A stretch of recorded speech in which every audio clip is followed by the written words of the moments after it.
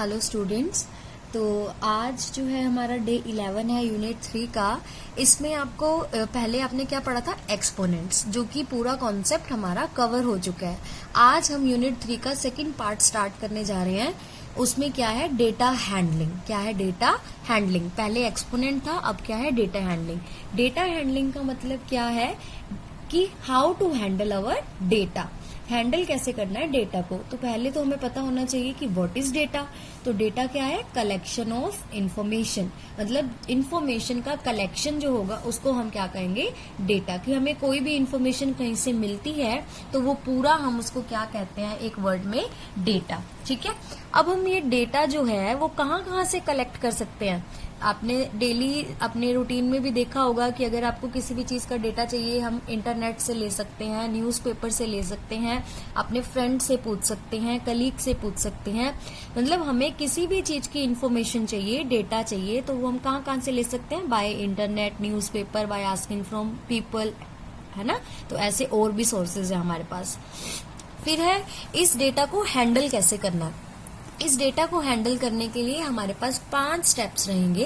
पहला स्टेप है कलेक्टिंग, कि हम डेटा को कलेक्ट कैसे करेंगे। कलेक्ट करने के बाद उसे ऑर्गेनाइज कैसे करेंगे। ऑर्गेनाइज मतलब उसे सही मैनर में कैसे रखेंगे। जैसे एक तरह से हम कह सकते हैं कि असेंडिंग ऑर्डर में रखना है, डिसेंडिंग में रखना है। ये क्या होगी, उसकी ऑर्गेनाइजेशन। नेक्स्ट है रिप्रेजेंटेशन। रिप्रेजेंट मतलब किसी भी चीज को हम कैसे रिप्रेजेंट करते हैं। अब डेटा को कैसे करेंगे, या टेबल में करेंगे, या ग्राफ के थ्रू करेंगे, या डायग्राम्स बना के करेंगे, तो वो क्या है, उसकी रिप्रेजेंटेशन। एनालाइजिंग। एनालाइजिंग मतलब एनालाइज करना, कैलकुलेट करना। ठीक है। कैलकुलेशंस जो होंगी वो एनालाइजिंग पार्ट में आएंगी।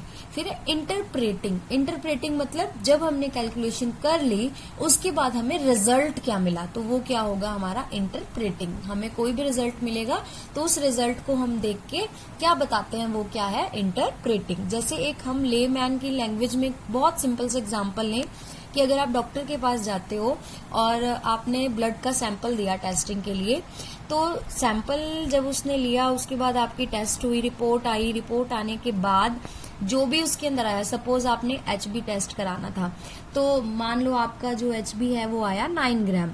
तो अब इसके अंदर क्या होगा, कलेक्टिंग का मतलब क्या हुआ, उसने पहले आपका सैंपल लिया, कलेक्ट कर लिया डेटा। ऑर्गेनाइजिंग। ऑर्गेनाइज मतलब उस सैंपल को उसने अपने बायोलॉजिकल टर्म्स में कैसे ऑर्गेनाइज किया। उसके बाद उसने उसको अपने कंप्यूटर में रिप्रेजेंट किया। फिर एनालाइज मतलब जो भी उसके इंस्ट्रूमेंट्स होंगे जहां से उसे एचबी का पता चलता है कि कितना है, उससे उसने एनालाइज किया।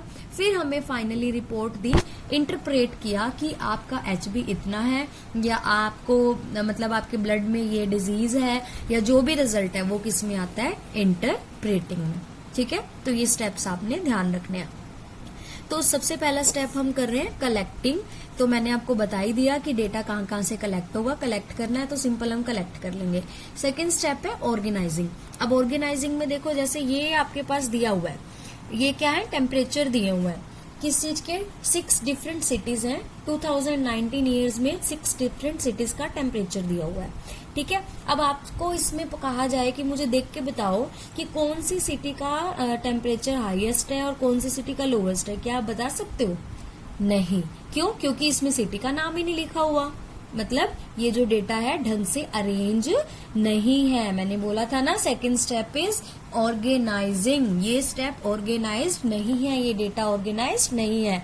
अब डेटा ऑर्गेनाइज नहीं है तो हमें प्रॉब्लम आ रही है, हमें पता ही नहीं चल रहा कि किसका टेम्परेचर ज्यादा है, या हमें कोई इन्फॉर्मेशन इससे मिल ही नहीं पा रही है। तो अब हम इसे क्या करेंगे, ऑर्गेनाइज करेंगे।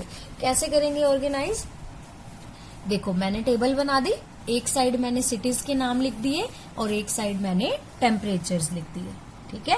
अब आपसे कोई पूछता है कि कौन सी सिटी का टेम्परेचर मैक्सिमम है, आप 1 सेकंड में देख के बता सकते हो कि कौन सी सिटी का टेम्परेचर मैक्सिमम है। देखो, हाईएस्ट क्या है, 33, तो पौंडीचेरी में हाईएस्ट है। लोवेस्ट कौन सा है, आपको साफ दिख रहा है, 17 इज लोवेस्ट, तो शिमला का लोवेस्ट है। आपसे पूछा जाए कि difference between highest and lowest, तो सिंपल आपको इन दोनों को क्या कर देना है, सब्ट्रैक्ट।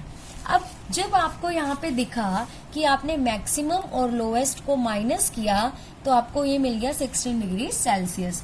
इस डिफरेंस को हम एक नए नाम से भी जानते हैं, वो नाम क्या है? रेंज।